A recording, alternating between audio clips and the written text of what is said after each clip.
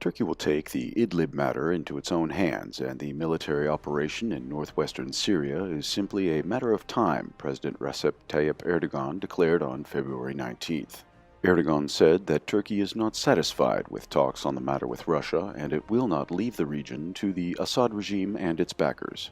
He recalled that there were only a few days left until the end of February, the deadline given by Ankara to Syrian forces to stop operations against Idlib armed groups.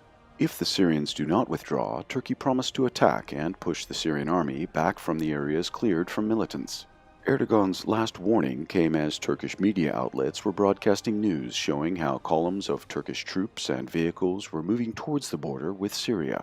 However, did Turkey really deploy enough forces to deliver a devastating blow to the Syrian military and not pay too heavy a price? In the framework of the Astana agreements, Turkey established 12 observation posts.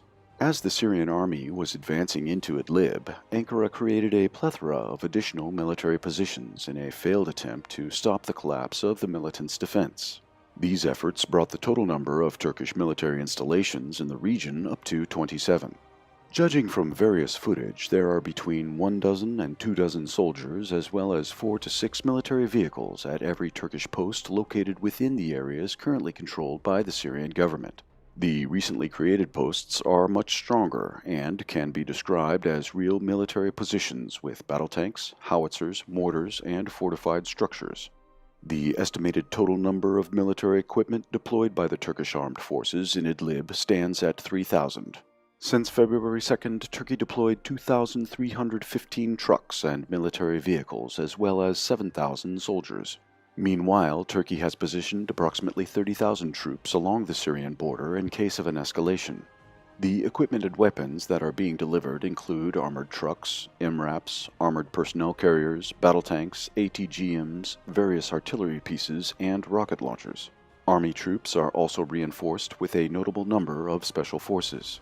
According to pro-opposition sources, there are over 100,000 members of various groups, predominantly Hayat Tahrir al-Sham, in Idlib.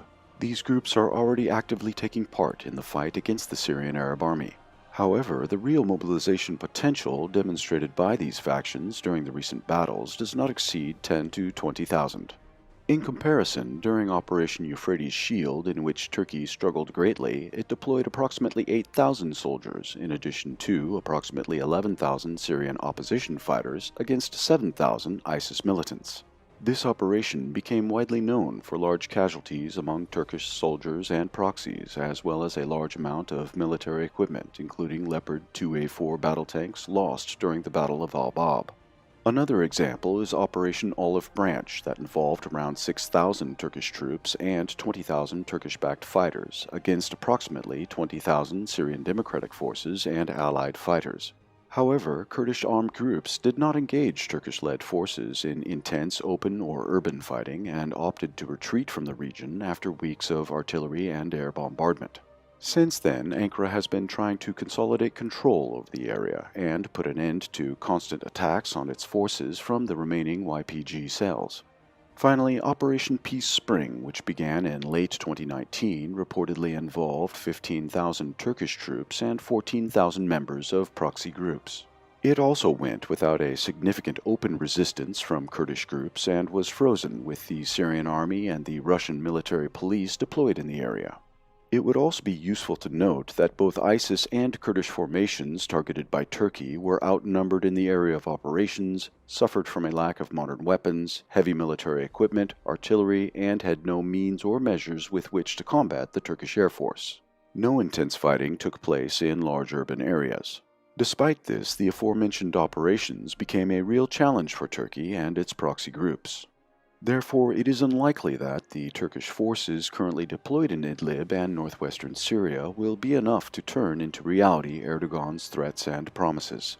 So Turkey should hurry up and increase its military group in the area by several times, or Erdogan supporters should start preparing for March 1st, the day when the dreams about the swift and powerful Turkish victory over Assad forces will be broken by the reality.